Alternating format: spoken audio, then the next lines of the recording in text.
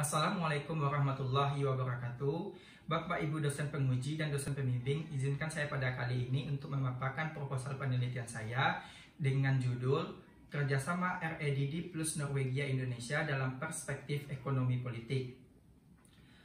Perubahan iklim telah menjadi ancaman keamanan manusia. Hal ini menjadikan UNFCCC merumuskan REDD plus sebagai upaya mitigasi dan adaptasi perubahan iklim. Norwegia memiliki komitmen kuat dalam mendukung upaya mitigasi dan adaptasi perubahan iklim, khususnya REDD+. Ada 3 negara mitra kerjasama REDD plus Norwegia, yaitu Brazil, Indonesia, Guyana. 2 dari 3 negara mitra, Brazil dan Guyana, dinilai berhasil dalam kerjasama REDD plus ini. Namun, Indonesia dinilai gagal dalam mengurangi emisi gas rumah kaca. Norwegia Indonesia sepakat untuk kerjasama pengurangan signifikan emisi gas rumah kaca dari deforestasi dan degradasi hutan melalui kerjasama REDD+, di mana kerjasama ini dimulai tahun 2010 hingga tahun 2016. Dari data laporan kinerja REDD+, Indonesia menunjukkan bahwa kegiatan deforestasi dan degradasi hutan masih berlangsung dan meningkat, serta berkontribusi pada emisi gas rumah kaca global. Melalui Menteri Iklim dan Lingkungan Norwegia, Vidar Helgesen, menilai bahwa kinerja REDD plus Indonesia tidak menunjukkan dampak signifikan setelah 6 tahun berjalan. Namun, hal ini tidak merubah sikap maupun komitmen Norwegia dalam melanjutkan kerjasama ini hingga sekarang. Dari pemaparan di atas dapat dirumuskan bahwa komitmen Norwegia dalam upaya mitigasi dan adaptasi perubahan iklim tidak berlaku pada Indonesia, di mana kerjasama ini masih tetap berlangsung hingga sekarang. Hal ini menarik untuk dikaji terkait faktor-faktor yang mempengaruhi keberlanjutan kerjasama REDD plus Norwegia Indonesia. Dengan pertanyaan penelitian, apa faktor yang mendorong Norwegia tetap melanjutkan kerjasama REDD plus dengan Indonesia? Di mana tujuan penelitian untuk menganalisis dan menjelaskan faktor-faktor yang mempengaruhi keberlanjutan kerjasama REDD plus Norwegia Indonesia. Manfaat penelitian menjadi referensi literasi mengenai faktor-faktor yang mempengaruhi Norwegia untuk tetap melanjutkan kerjasama REDD plus dengan Indonesia. Dalam menganalisis topik penelitian ini, penulis menggunakan 5 kajian pustaka yang dianggap relevan. Artikel pertama menjelaskan bahwa komitmen Norwegia dalam upaya mitigasi dan adaptasi perubahan iklim merupakan bagian dari menjaga kepentingan nasional atau kebijakan luar negeri. Artikel kedua menjelaskan bahwa pengembangan dan pengimplementasian kebijakan mitigasi perubahan iklim mempertimbangkan faktor ekonomi politik. Artikel ketiga menjelaskan bahwa bantuan mitigasi dan adaptasi perubahan iklim tidak hanya didasari oleh faktor kerentanan suatu negara, namun juga faktor hubungan politik antara negara pemberi dan negara penerima bantuan. Artikel keempat menjelaskan bahwa kebijakan perubahan iklim merupakan instrumen politik luar negeri dan melindungi industri domestik. Artikel kelima menjelaskan bahwa kebijakan dekarbonisasi menciptakan pasar yang kompetitif bagi perusahaan asing dalam memasok produk energi ramah lingkungan.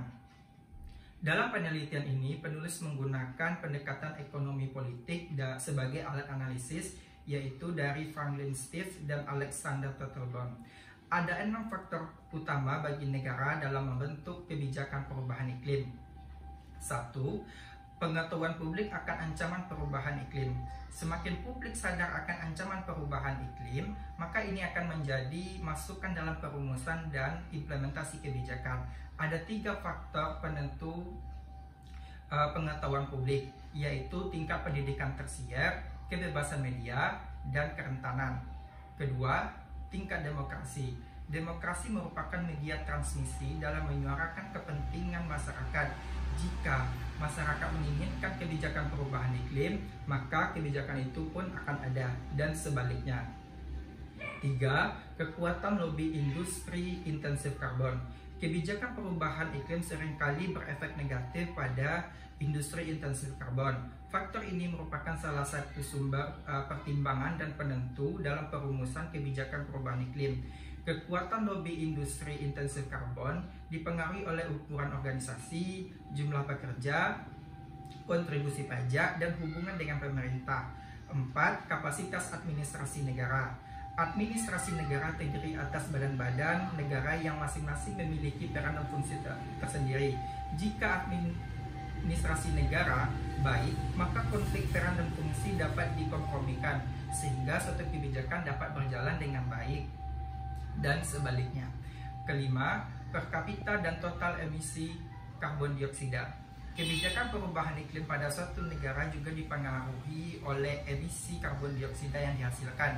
Jika suatu negara memiliki emisi karbon dioksida yang rendah, maka ia cenderung atau enggan untuk memotong emisinya melalui kebijakan perubahan iklim. 6. Komitmen internasional.